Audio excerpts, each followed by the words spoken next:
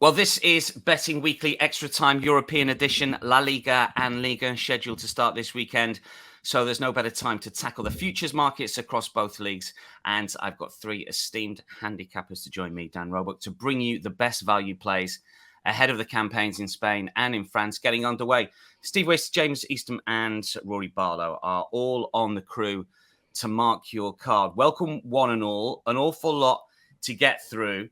We'll talk title race, relegation markets, betting without, match bets, top goal scorers, and we've got a player special as well. We're going to kick off in France. Steve and James, of course, were our main handicappers for Liga last season. Paris Saint-Germain minus 500, Marseille plus 1,100, Monaco plus 2,000, Lille plus 2,200. When I look at the market, Steve, and this is probably happens every single year, I tend to back away because I think I don't want to back Paris Saint-Germain. It's such a short price.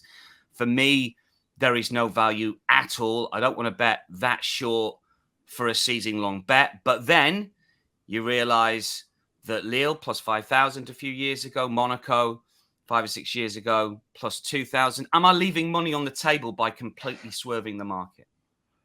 Well, do you know what, Dan? It's interesting. PSG have won the Liga title 9 of the last 11 seasons. Only Monaco and Lille have managed to wrestle the crown away from them during that period. And you're right. A lot of people look at the Liga market and just immediately think, I don't want to get involved because PSG, they're a banker, but they're too short. Minus 500 with Bet Rivers. But I mean, to be honest, last season, I didn't think they even deserved to win the title, really. They didn't play very well. It was just a simple case of the chasing pack did not do enough to hunt them down. And, in another year, if someone had actually got their act together, I don't think it would have been a PSG title. And that's why they've changed their manager this summer. That's why Christophe Galtier is out of the door. Luis Enrique has come in. Minus 500. I mean, I think they probably will win the title, yes. But, I'm not interested. I'm very rarely interested in backing anything at that sort of price anyway, and certainly not over the course of the whole season. And, based on what I saw on the field last season as well, I couldn't really personally get involved. But they are a fair favourite. The price, the odds are probably relatively fair as well. But not for me personally in terms of the betting perspective. James, when you looked at those Lille and Monaco wins at big prices, in hindsight, would you have backed them? Could you have seen the angle at this stage of the season? Or was it just that Paris Saint-Germain didn't perform for those particular years? Am I missing something by not looking at the longer odds teams for Liga? Yeah, good question. On the Lille title win, definitely not. I don't think there was any sign at the start of the season that they were going to win it. Monaco, you're going back to 2016 there, was a great team, wasn't it? When you think of the players in that team, Bernardo Silva, Falcao, obviously a young Mbappe. Did we know before the season began that it was going to turn into that great team? I don't think we did, actually. So it is hard. And in fact, I think the problem with this market, Dan, is not this season actually PSG. It's knowing which of the other teams to back if you were going to oppose PSG. I can see a blanket finish this season behind PSG. I don't think the gap will necessarily be very big between PSG and the chasing pack. PSG have got weaker. They've lost Lionel Messi, and I know he wasn't universally popular with the PSG fans, but he was a huge player for them last season statistically, and they're probably going to lose Mbappe. They will be weaker as we're talking this morning. So I think the gap was already quite small last year. It could be quite small, but the issue is I don't know which of the teams behind them I would be willing to back. Based on the prices, I think Marseille on paper look the second strongest team in this division, but I can see it being quite close. So if there was an option to back against PSG, any other winner, I wouldn't talk anybody out of it, put it that way, because I think the price would be quite attractive. But the issue really at this stage of the season is knowing if they are to lose the title, which team is it going to be from the pack that will beat them? And at the moment, that is very difficult to say. Yeah, the field against Paris Saint-Germain would be interesting. Steve, you mentioned Luis Enrique coming in. Rory you're principally here, obviously, to talk about La Liga, but given the fact that Luis Enrique is a former Spain coach and, of course, Barcelona coach, I mean, tell us what sort of coach he might be at Paris Saint-Germain, because he ticks some of the boxes. He's a Champions League winner and recent incumbents at Paris Saint-Germain. Yes, they've had profile, but they've not had anyone who's won the big trophy since Carlo Ancelotti. I think I've got that right. And you'd like to think that he might be the man to give Paris Saint-Germain what they want, which is not necessarily another Liga title, but obviously the Champions League. Just tell us a bit about Luis Enrique from your point of view, and do you think he's a good fit at PSG? Yeah, I think it's interesting that you've got Luis Enrique and Marcelino Garcia Toral, who's obviously in charge of Marseille as well. So you've got two Spanish coaches who are very kind of well-renowned for being pretty hard on their players, being very kind of aggressive in the way they go about things and being very intense people. I think in Spain, the kind of view is that, I mean, Lucho, as he's known, Luis Enrique, his name literally means in Spanish, I fight. So yeah, like, I think the view from Spain is that we've got a manager here that culturally, I think PSG is where they tend to fall down. It's that kind of that ability to know what to do in big moments. It's that ability for somebody to step up and kind of take the frying pan by the handle and really kind of ensure that they get through these ties. What people in Spain think is that culturally, if Luis Enrique can't sort them out, then it's a bit of a lost cause and you need to tear it all down. So yeah, I think Luis Enrique is not a guy who suffers fools. He really does not kind of put up with any nonsense. And so I think at PSG, in theory, that should go down well. But so many times we've seen managers, we've seen kind of players come into PSG, and you think that that's the perfect solution. The likes of Sergio Ramos should have come in and should have been that kind of leader from the back. But time and time again, we've just seen PSG kind of flame out in the Champions League. And so whether they can deliver on that, I mean, I wouldn't like to back for it because I think it's more of a leadership issue. But yeah, if anyone can, Lucho can. Be interesting to see what happens, of course, with Paris Saint-Germain. They are very short price favourites to win Liga yet again. It brings us on to the betting without market, really. And James, you've suggested that it's difficult really to pick one of the chasing pack to win the league without Paris Saint-Germain. And this is without Paris Saint-Germain, not just to finish second. Marseille plus 200 in this market. Monaco plus 400. Lens plus 400. Lille plus 600, Lyon plus 600, Rennes plus 800. James, when I was looking at the teams here, I'm trying to work out which clubs have lost significant players, which have added. And when it comes to Liga, the best players do tend to go, namely to England, sometimes to Spain. I look at Lens, who won this market last year. They've lost Openda to Leipzig. Which are the teams that have been weakened significantly or strengthened significantly, in your opinion? Yeah, I think Lens stand out, Dan, as a team who have been weakened significantly. They finished second, obviously, last season. I would not be backing them to do so again. They've lost Lois Openda, as you've mentioned, who was so important last year with 21 goals for them in the league. They've also lost Seko Fofana in midfield, who people that don't watch League One closely might have missed, certainly in terms of how well he's played. This has been one of the best midfielders in League One over the last 2 seasons. He's been a League One Player of the Year contender on the shortlist.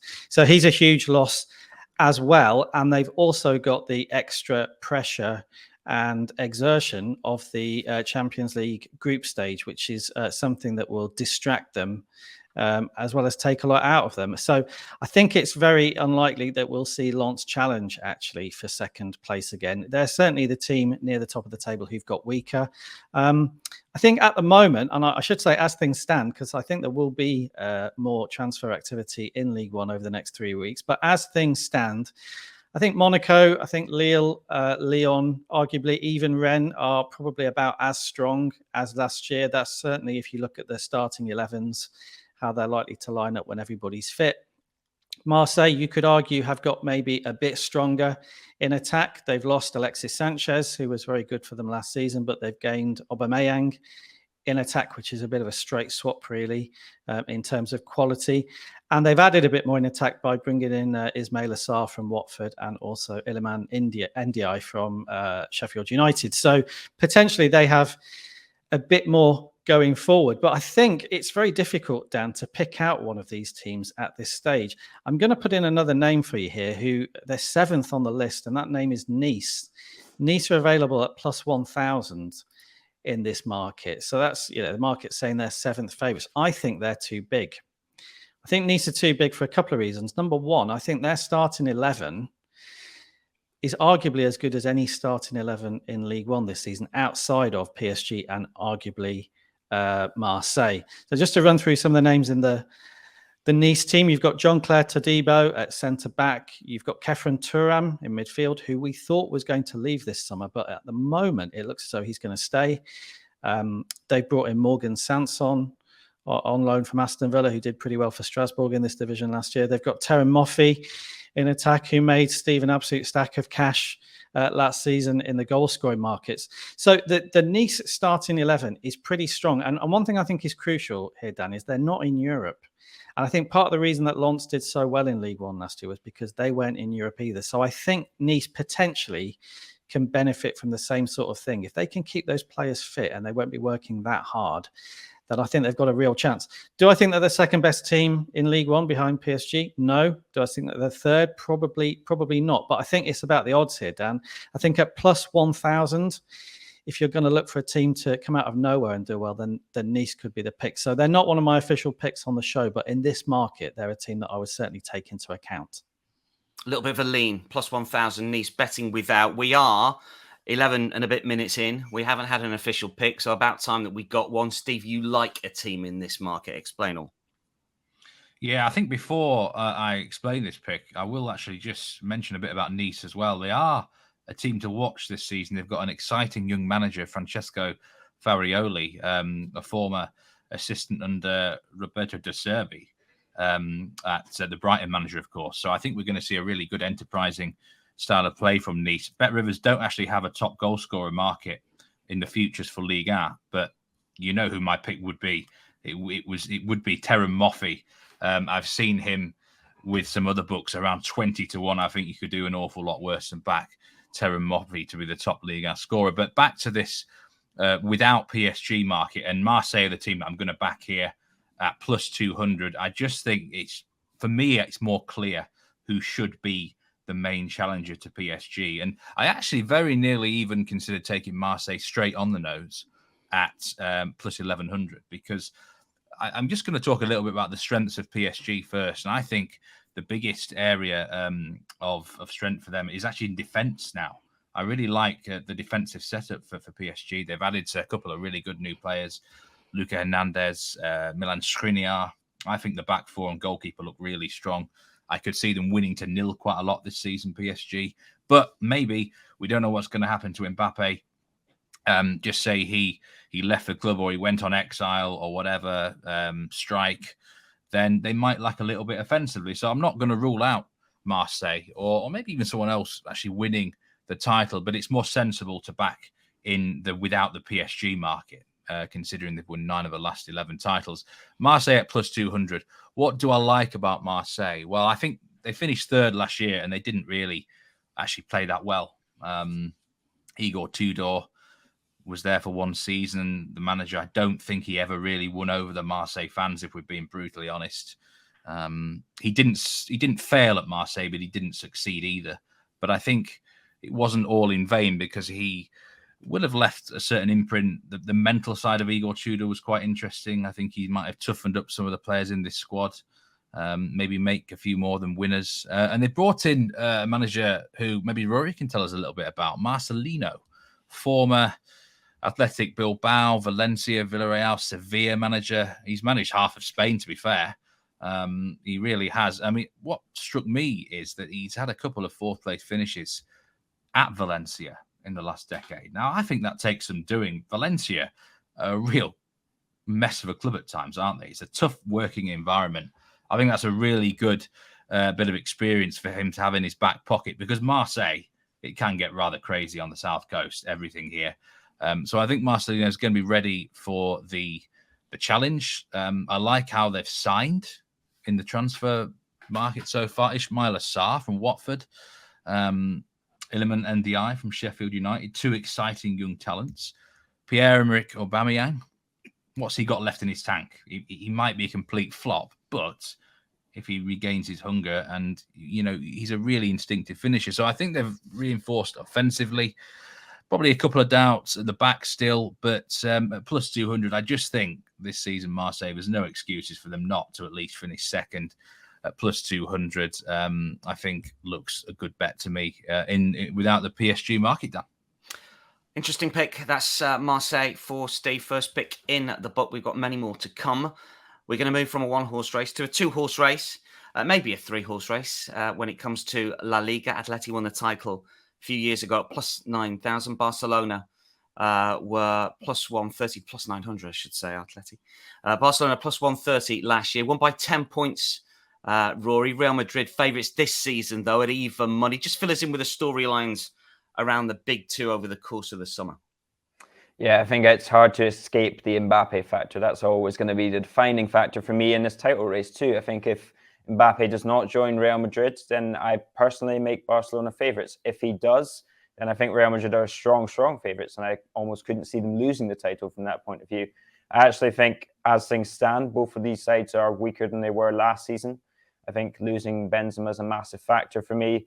For Barcelona, you're looking at a side that's lost Sergi Busquets. It's lost Jordi Alba, who, of course, wasn't starting. But Dembélé also looks like he's on his way out to PSG. And you've got a side that's going to be moving up to Montjuic. They're going to be playing in a different stadium with a running track around it. They've got about 40 less thousand fans in that stadium. So that's going to be a different kind of factor for them to deal with. And their home form last year was outstanding. I think was it kind of 5-6 goals they conceded at home all last season. So that's going to be quite a difficult change for them to kind of come to terms with. I think with Atletico Madrid, I really like what they're doing. I like the way they came off the end of last season. I think it's definitely going to be a good season for Atleti if things work out. But I think the other two are just going to be a bit too strong. But yeah, I do think we're going to see more drop points this season. And I think for me, the defining factor has to be that Benzema one. If you want my pick just now, I'm going to go Barcelona at plus 140. But that comes with that caveat. If Mbappe goes to Real Madrid, I make them strong favourites. If you think Mbappe is going to Real Madrid, if you've got a strong feeling about that, which I'm staying away from because I don't think that any of the personalities involved can be trusted in this kind of saga, then I think you should go and put your money on Real Madrid. But as things stand, I like Barcelona just a little bit more. I think there's that 10-point gap, but let's not forget that Barcelona, they kind of tailed off a little bit towards the end of last season. And although I do think they're going to be weaker, I think they're going to drop more points. They're going to have an increased focus on Europe. I still think that they're probably just going to be a little bit more consistent than Real Madrid. When it comes to Real Madrid, this is Carlo Ancelotti's last season. Is that for sure, Rory? Well, it's interesting you should say that, because Ancelotti said that he will stay as long as he can or as long as it's possible. It's the final year of his contract. Everyone is assuming that he's leaving. The president of the Brazilian Federation has said that he's joining next summer. There's a little bit of a cat and mouse here with kind of Real Madrid and Brazil. I think Real Madrid don't want to be seen to be losing him. Equally, they don't want to sack him, and they can't really come out and say he's leaving because that will rob him of some of the power that he has currently. I think if players know that a manager's on their way out, then it's very easy for standards to slip. I do think it's going to be his last season, and I think as interesting as anything is the fact that this is Ancelotti's third season. Not since 2003 has he made a third season with a club. That was AC Milan back in that kind of very long spell he had there, but it's only the second time in his career, or will be the third time in his career, that he's reached the third season with the club. So we're going to see an Ancelotti that we've not seen before, with time to work that we've not seen before. And it'll be about, I think, whether he can maintain those standards, because we've always kind of viewed Ancelotti as this kind of soft hand at the tiller, somebody that manages the dressing room very well, that kind of ensures that the club is running smoothly. And he tends to come in after these very intense managers, the likes of kind of Pep Guardiola or Jose Mourinho, who kind of installed these very intense systems, and he kind of loosens things up a bit. So now it's going to be on Ancelotti to be that kind of harder kind of presence, I think, and ensure that his side, his team kind of meets the standards every single week in La Liga, which will be ultimately the target, because I don't think anybody's necessarily aiming for the Champions League this season, even if Real Madrid are always a contender. Just bring James in here just for 1 second on Mbappe. What is the start? I mean, is he, the way I read it, he might be going to Saudi for a season and then Real Madrid, or is he going to go to Real Madrid? Is he not going to play at Paris Saint-Germain? James, what's your sort of latest on the Mbappe situation? Yeah, I don't think Saudi's an option. He seems completely against that idea. And that didn't surprise me, because he is focused on on being the best in the world and knows that his chances of being seen as that would take a hit if he was playing over there, even if he was storing a stack of goals. I think it's, at the moment, as we sit here this morning, I think it's very difficult to see how he can play for PSG this season. We know they're back from their pre-season tour of Japan. We know that he won't be training with the first team when they do get back and prepare for the first game this weekend. He's training with the players who are expected to leave. There's some other big names in that group actually at PSG, but he's obviously the biggest. I don't think relations can be repaired to the point that we see Kylian Mbappe playing for PSG, certainly in the next month. Now, if he doesn't leave, Dan, in August, and he is still a PSG player on September the 5th, what do? Well, I think they will pick him, and I think he will get on with it because he wants to have a great season. But I think the idea over the next 3 weeks, certainly, is that they will try to sell him. It's a case of who will blink first. Will an offer come in from Real Madrid, or will they wait until PSG get desperate? Because PSG do want to sell him. Make no mistake, they are serious about that. They want money for him, and they know if they don't sell him this summer, then he will leave for free. They want the money, so it's going to have to be a case of wait and see. But certainly, day by day, relations are deteriorating, and I personally think the longer that goes on, the less likely it is that he will be playing for PSG this season. Yeah, and Mbappe's future plays a huge part in the odds when it comes to La Liga, as Rory was pointing out at the minute. It's evens Real Madrid, Barcelona plus 140. Rory likes Barcelona plus 140 here. Atleti plus 800 at the moment. And then La Real plus 4,000. We get into massive prices, and we really get into sort of top four La Liga betting after that, because that's potentially where we've got some value, and we've got picks from Steve and Rory for this one. Barcelona, Real Madrid, obviously very short. Atleti minus 305. Real Sociedad plus 200. Sevilla plus 225, Villarreal plus 250, Athletic Club plus 300. Steve, I'll let you go first in this one. I know you're principally France, but of course, this is the European show this season, so we're going to get picks from all of our guests across various different leagues. Who do you like when it comes to the top four markets, Steve? Well, first of all, I just want to talk a little bit about the outright odds for the title there. Real Madrid plus 100 and Barcelona plus 140. It's interesting. This is a very difficult title to defend. In the last decade, in the last 12 years, it's only been done twice. The last four champions have failed to defend the La Liga crown, and that's probably maybe why Real Madrid are favourites as well, because it always feels like whoever wins it, whoever doesn't win it the previous season out of those two sides is extra motivated the next campaign. That's why Real Madrid have gone into the transfer market big this summer, and they might not be finished in that department. So a lot does depend who's playing for who at the end of August. But I would personally maybe lean towards Real Madrid over the whole course of a season there. But my official pick for La Liga outright is in the top four market, and I'm going with Real Sociedad at plus 200. A team who finished fourth last year. Now, whenever I saw them, they were a good team to watch, Real Sociedad, and I'm quite a bit of a metrics man these days.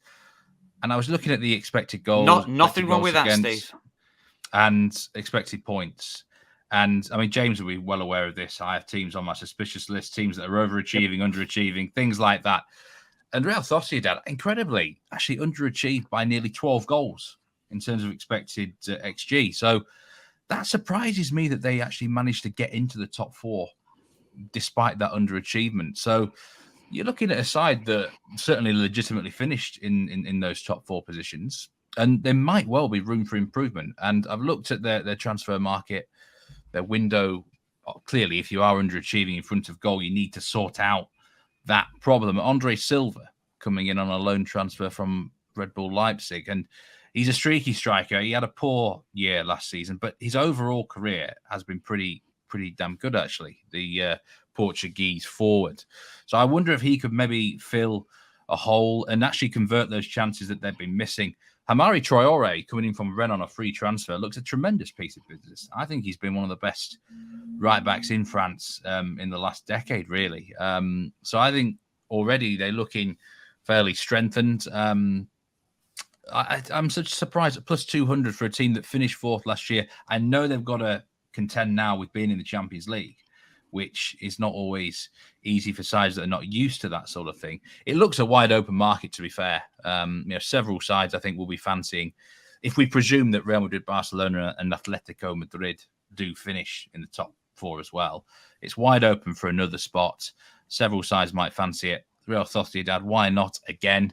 A side that, as I say, I do think, looking at their metrics, looking at their transfer window so far, there is room for improvement. So plus 200 looks a good price to me. Rory, give us your thoughts on the market and your pick as well. Yeah, I'll start off with my pick. That's Villarreal at plus 250, and I'll kind of come on to explain why I think that is. Just to add a little bit more context to what Steve was saying, Villarreal will have Umar Sadiq back as well. He was their kind of record signing after Alexander Isak left for Newcastle last season. Missed the whole season last season. So he, in theory, will come in and kind of compete with Silva for that starting spot. I think they think that he's going to be the one to convert their chances and should kind of really improve their attack. And Hamari Traore as well, another signing that I really like as well for them, because the fullbacks were one of the kind of weaker spots for Villarreal. I think the wide open field is the important point. I mean, we had 3 seasons in a row in La Liga where Sevilla were not only the 4th best kind of run side, at least, or certainly the 4th best operation in La Liga. I think there was quite a bit of distance between them and the other sides, even if the points weren't necessarily showing that. Now, it is that wide open field. I think we've got 4 teams in it. Sevilla are one of them, La Real are another, Villarreal might pick at plus 250, and Real Betis as well. None of these teams are clear contenders to finish in the top 4 for me. They've all got weaknesses. They've all got different things to contend with. I'll say with La Real, I think it's been such a positive rise under Imanol Alguacil. They've finished 5th, 6th and 5th, and then 4th last season under him. And I think that 6th season as well, that they had the Copa del Rey win. So, I mean, you're talking about a team that's almost been on kind of a rise that's not stopped for the last kind of 4 or 5 years. I wonder if they maybe had a little bit of a stutter. I mean, they've won the Copa del Rey, they finished the top 4. Those are the 2 kind of targets that they could realistically aim for. And talking about kind of hunger and the way that affects the title race, I wonder if there's maybe just a little bit of a drop-off. I mean, it's a very good operation, as I say there. I think they've recruited well, but I think those kind of tiny margins do make a difference. With Villarreal, under Quique Setién, I think they've lost a lot of good pieces in Pau Torres. Samuel Chukwueze has gone to Milan. They've lost Nico Jackson as well to Chelsea. So that's a lot of goals, and it's a lot of kind of ballast at the back. But I think Quique Setién is probably at his best as a manager in the kind of like 6th to 18th month spell. I think that's when he's kind of at his best. He's going to implement his methods. He'll have a few new recruits to bed in. But I think Villarreal, similarly, they really kind of need this top 4 spot. They've achieved everything in Europe that they can kind of aim for in the Europa League and Champions League semi-finals. This is kind of a bit of a changing of the guard, I think. Gerard Moreno should, in theory, be fit again. And he is arguably, I think he had a down season last year because of injury. But if he's fit, I think there's a good argument to say he's maybe the 2nd best striker in La Liga outside of Lewandowski. So that's quite a big factor to bring into it. Sevilla, Mendilibar, we saw kind of the Europa League, and we'll come on to that in a moment. But yeah, I just like Villarreal because I think they're going to have that hunger and that consistency. They're not going to be as bothered about the Europa League because of those reasons that we just kind of highlighted. And I think I like Setién, who was really on the brink for a few kind of spells last season. But now that he's got that backing, now that he's got a few more of his own players in, I think he's at kind of the right time in his life cycle here at Villarreal to really make a push for the top 4. Villarreal plus 250, Real Sociedad plus 200 are the picks. They both could win, of course, but it would mean that one of Barcelona, Real or Atleti would miss out. Just very briefly on Sevilla, because people are going to look at them, Rory, off the back of a Europa League win and think, well, surely I should be backing Sevilla in this market. And at plus 225, they might appeal to some. That's a nay for you, I presume. Yeah, look, I mean, that Europa League was incredible, the way that he came in and absolutely turned a side around that was 2 points above the drop when he came in. It was ridiculous that they managed to win that Europa League. And so I think parting from there, even though Mendilibar has removed a lot of kind of the exhaustion that was at Sevilla, a lot of the kind of politics has kind of gone with him because he's kind of a very neutral figure in Sevilla's politics, which always plays a big role. And so I think they'll be energized. I think they'll have a little bit more kind of brio. They'll have a little bit more kind of aggressiveness in them. And I think they trust Mendilibar having won that Europa League as well. So that's important. I think they'll be back to kind of contention. But there were still a lot of holes in this Sevilla squad. For instance, they're really relying on the likes of Fernando, who's 34, 35 now, to be fit all season. He's kind of a linchpin in that midfield for them. They're kind of still reconstructing their defence. I think there's just one too many issues for me to back them. But as I was saying, it is an open field. I mean, any of these sides, if they put together 10 to 15 solid games, then it's theirs to win.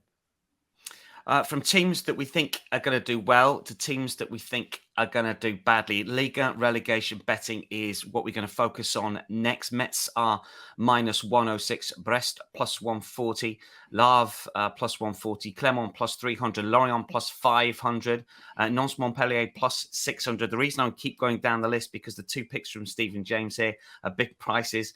Reims and Toulouse both +800. 18-team league now, James.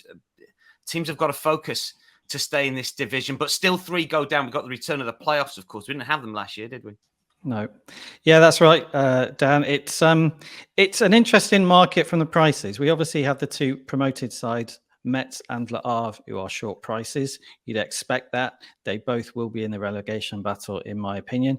But my pick here is on Nantes, who are available at +600. Now, that's the market saying that they are the 6th most likely team to go down. I don't think that's true. I think their chances of going down are bigger than that. Nantes only stayed up on the last day last season, and at the moment, they look like a weaker side than they were last season. So it's very difficult to see how they will get out of trouble. They've lost Ludwig Blas, who was their best outfield player. He's gone to Rennes for about 13, 14 million pounds. They're weaker going forward without him. They might lose Alban Lafont, their goalkeeper, before the transfer window closes. He is officially up for sale, and he's been one of the best goalkeepers in League One over the last 3 or 4 seasons. So Nantes look to me weaker than the market price suggests that they are. We know they have problems off the pitch. We know that they can be running, let's say, an idiosyncratic way. They've had issues in recent seasons, and they've struggled to strengthen partly because they haven't invested any money as a club in recruitment for a number of years now. They've used agents predominantly to sign players. Now that they need strengthening, they're actually way behind some of their rivals in terms of trying to identify and get hold of players. So I think they'll struggle actually between now and the end of the window to get any better than what they're looking like right now. So for me, they're a great pick, Dan. I think the market has priced this up wrong. As I say, I think they're a better price. They should be a better price, a shorter price, should I say, to go down than they are. And I think at +600, you'll get a run for your money here because I think Nantes will be in trouble at the foot of the table. +600, big price. Even bigger price, though, is Toulouse, which is Steve's pick. Steve. Yeah, I do love a good relegation market, Dan. Unfortunately, Bet Rivers are not offering one in La Liga. I'm sure Rory was a bit disappointed about that. But yeah, we nailed the relegation market last season, didn't we, James? And Yeah. I think James has got a very valid point about Nantes, who are a bit of a mess of a club. I'm going to take a bit of a stab here at value with Toulouse to go down. I must add, the Bet Rivers market here, this is to be directly relegated. They've got to finish in the bottom 2. It won't include the playoff. I don't believe. I'll have to check the terms and conditions. But bottom 2, Toulouse, for me, have made a very risky managerial switch this summer. They've, despite winning the Ligue 2 title, despite winning a sensational Coupe de France, Philippe Montagnier was given the boot. And this really surprised me. The official reason was that they expected, I think, around about a 10th place finish, and they finished 13th. But I think when you're in Coupe de France contention, it's understandable why you drop down just a few places. And I really, really liked what Toulouse were doing as a club. They've got the fans back on side and everything like that. And I think it's risky to get rid of a popular manager. They've also lost some key players. Branko van den Boomen, Shane Spearings. And I know he was injured last season, but the likes of Reece Healy, Maxime Dupé, the goalkeeper, has been really good the last couple of years. I think the heartbeat of the side's been kind of ripped out a little bit. And whilst on paper, they definitely have more quality than, say, 3 or 4 teams, no doubt about that. I just think when expectations are high, they're also going to be playing in Europe, by the way, which that can be really difficult to juggle. Just ask Nantes last season. It nearly got them relegated. So I think if things start bad, I've looked at their first 6 fixtures. They've got some tough ones. So if they suddenly find themselves struggling, in the early part of the season, the bad feeling the doom and gloom could start falling on Toulouse again. So I think at plus 800, it is worth a bit of a go. There are definitely 2 or 3 teams who are on paper a lot weaker. Metz are odds-on favourites. They're the ultimate yo-yo club. But at the moment, they've got a goal scorer, George Mikatadze, if they can keep him. Le Havre had an unbelievable defence last season in Ligue 2. So there's no guarantee these 2 promoted teams will be absolute fodder. So I think it is worth looking for a bit of value down with the bigger prices to go down. Toulouse at plus 800. I do like James's pick as well there on Nantes. And it is teams to be directly relegated. Note to self, always look at those T's and C's. Good spot, Steve. 5 selections left. We've got a player special. We've got top goal scorer tip. We've got some match bets as well that we're going to rattle through. Rory, turn to you first here because we've got a player special concerning Jude Bellingham and the amount of goals that he's going to score. What's the line here? What's the bet? Yeah, Jude Bellingham at over 6.5 goals at minus 139, I think is, if not easy money, I think it's a very good bet. It has to be said, I mean, Jude Bellingham's been playing in kind of this role behind the strikers. The 2 strikers in pre-season have been Rodrigo Goes and Vinicius Junior. And Bellingham, Ancelotti said, look, I mean, he came in and he was training and stuff, but we've found out what his best position is, and it's media punta, it's behind the striker. And so that tells you that regardless of even if Mbappe comes in, I think Ancelotti wants to ensure that Bellingham is kind of in that kind of box and he's getting into the box, arriving there. I think he'll score goals this season. I think he's primed for a role that means that he is that kind of secondary threat for them coming in. I think if Mbappe does come in, that'll only improve because I think it's important to have somebody in there to distract the defence and then you have somebody arriving from deep. I think Bellingham is that man. And he's got the talent to put goals away. He's looked in very, very fine form in pre-season, it has to be said. Minus 139, it's short, but could be like finding money in the street. I've said that before and never found it. That's Jude Bellingham over 6.5 goals. But interesting and good insight from Rory if he's playing in a more advanced role. Scored 8 last season in Germany for Dortmund. Match bets, and we've got 3 of them. James has got 2, Steve's got 1. James, we'll kick off with you. This is obviously in Liga. What's the first match bet we're playing? Yeah, the first match bet here, Dan, is Rennes versus Lyon. And I'm backing Rennes here, who are the underdogs in this match bet. They're available at plus 130. This is the wrong way round, as far as I'm concerned. Rennes should be favourites to finish above Lyon. They finished above them last season. They finished 6 points above Lyon last season. And for my money, Rennes are as strong, if not a little bit stronger than they were last season, whereas Lyon, probably the same strength as last year, but have got a stack of problems. The first one being the manager, Laurent Blanc, who does not seem particularly well suited to that job or particularly happy in the job either. Lyon have been hit with not so much a transfer ban, but they've been stopped from buying players when they want and who they want this year until they balanced their books, something that happens in French football. Your accounts get checked by the league and they tell you whether you can buy players or not. So Lyon go into this summer with a lot of problems, and I just don't see why they would be favourites to finish above a Rennes team who were better than them last season and should be better than them this season. So that was my first of the 2 match bet picks. That's Rennes to finish above Lyon at plus 130. And the second one, similar price, it's Nice to finish above Monaco, which is available at plus 140. Very simple, Dan. I think the price here is a little bit wrong as well. If you take that price of plus 140 on Nice to finish above Monaco, it equates to about a 42% chance, the market is saying, that Nice will finish above Monaco.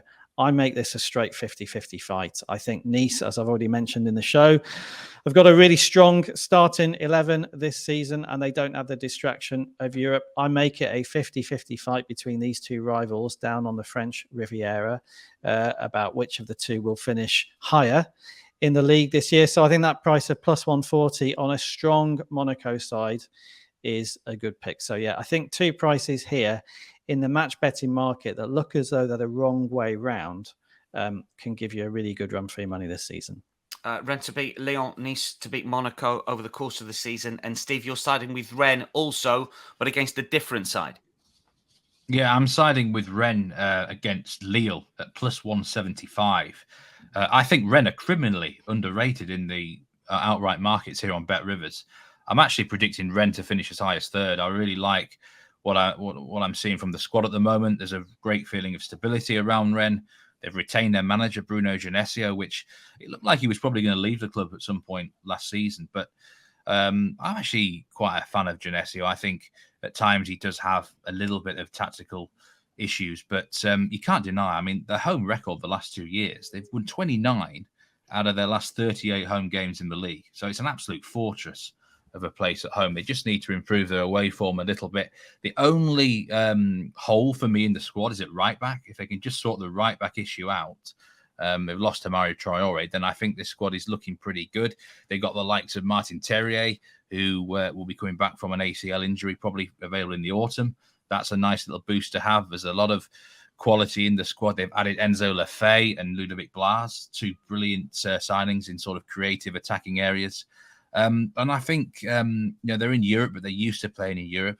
I nearly backed them at plus 200 to finish in the top four. I think that could be a really good pick, but I just need them to beat Lille here at plus 175. And this is not so much of a shoe-in as James's pick. I think Rennes will comfortably beat Lyon.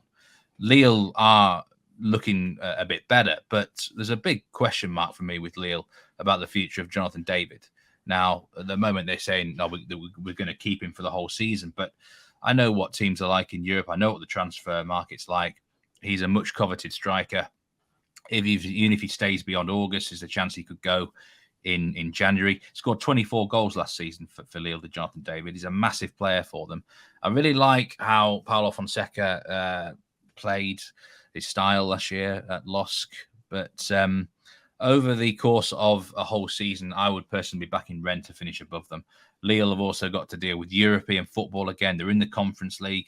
They're probably more likely to go deeper, actually, in that competition than Rennes are in the Europa League. So plus 175 just look really way too big.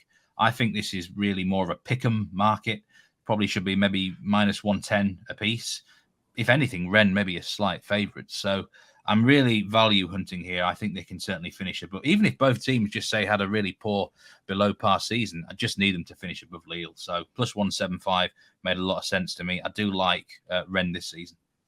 3 chunky match bets. Shoe-ins. We like the language. Is this another one for Lewandowski when it comes to top goal scorer betting in Spain, or just in his career, Rory, because he was top goal scorer in Germany for the last 5 seasons he played there. Then he did it again in Spain in his first year in La Liga. Only 23 goals. Just looking at the stats, fewest by a Golden Boot winner in Spain since Diego Tristan. Remember him?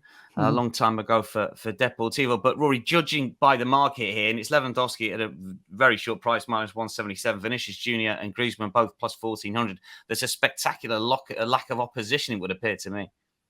Yeah, I thought we'd just address this market so that people were kind of sure of our views on it. But yeah, Lewandowski, I mean, if memory serves me, I think it's Diego Forlan was the last person that didn't play for Real Madrid and Barcelona to take the Golden Boot off of a Real Madrid or Barcelona player. So yeah, Lewandowski has to be the favourite for Barcelona. And then you look at Real Madrid, you've got Vinicius Jr., who I think will score a lot more goals this season. I think it was only kind of 13 or so they actually got in La Liga. He did get more in the Champions League, but he will score more goals. But Lewandowski is just a cut above everyone else in terms of finishing in La Liga right now. Again, there's the Mbappe factor. I think you could possibly make him the favourite, but I can't exactly recommend a bet for a player who's not on that team. So yeah, Lewandowski, clear favourite. I think anything else is, chancing your arm to say the least. Steve, you've got a bit of an angle in maybe in this one?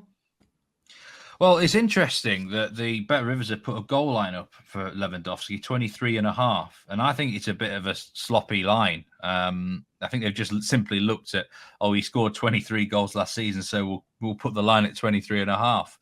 And I'd very nearly back this as an official pick, actually. This is overs we're looking at, then, eh? Yeah, I would look overs rather than unders, because Lewandowski, I know he's a year older now, but in the past, he's been an absolute goal-scoring machine. Barcelona, it felt they won so many matches, like 1-0 or 2-0 last season.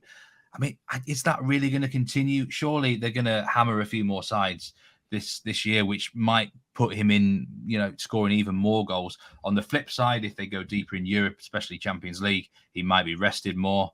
Obviously, we know if say Mbappe came into the league, then the top scorer at -177 looks pretty short, doesn't it? So that's why I would probably take his actual goal line over 23.5 goals if I was liking him to have a good season. And I think he will. I think something like 26 goals, 27 feels about right in that sort of team. So it's worth looking about all the markets that are available with outright betting. But it's at the moment, I agree with Rory. It's very hard to see him not being the top scorer at the current state of play. Let's just get some best bets before we wrap up completely then, of all the selections that you've given us over the course of the last, 45 minutes or so. James, what would you say is your best bet of the picks that you've given? My best bet, very clearly for me, is the match bet, Dan, on Rennes to beat Lyon, which is to finish above them in the League One table, and that's available at 1:30. Rory, what's your best bet of the picks that you've given? Yeah, I'm going Jude Bellingham over 6.5 goals at -139. I think that's it's just not guaranteed, obviously, but there's a good chance of it. Jude Bellingham to score over 6.5 goals. And Steve, what's your best bet? I'm gonna say Marseille without PSG market over the course of a whole season. I think Marseille at worst do get second place. Steve, James, Rory, thanks for your company. Look forward to seeing you all on the European show over the course of the season, and something a little different when it comes to our show this year. All will be revealed on Thursday. It is James and Rory. You are going head to head, aren't you, on Thursday? I've got that right. Yes. Yeah, battle lines drawn. For now, though, that is a wrap for the Liga and La Liga Future Show. We're going to be back later this week with a rundown of the best bets from week one across the continent. Steve's got some picks for us as well, so make sure you join us then, and make sure you stay across all of the Bet Rivers content at Because We Win. Bye for now.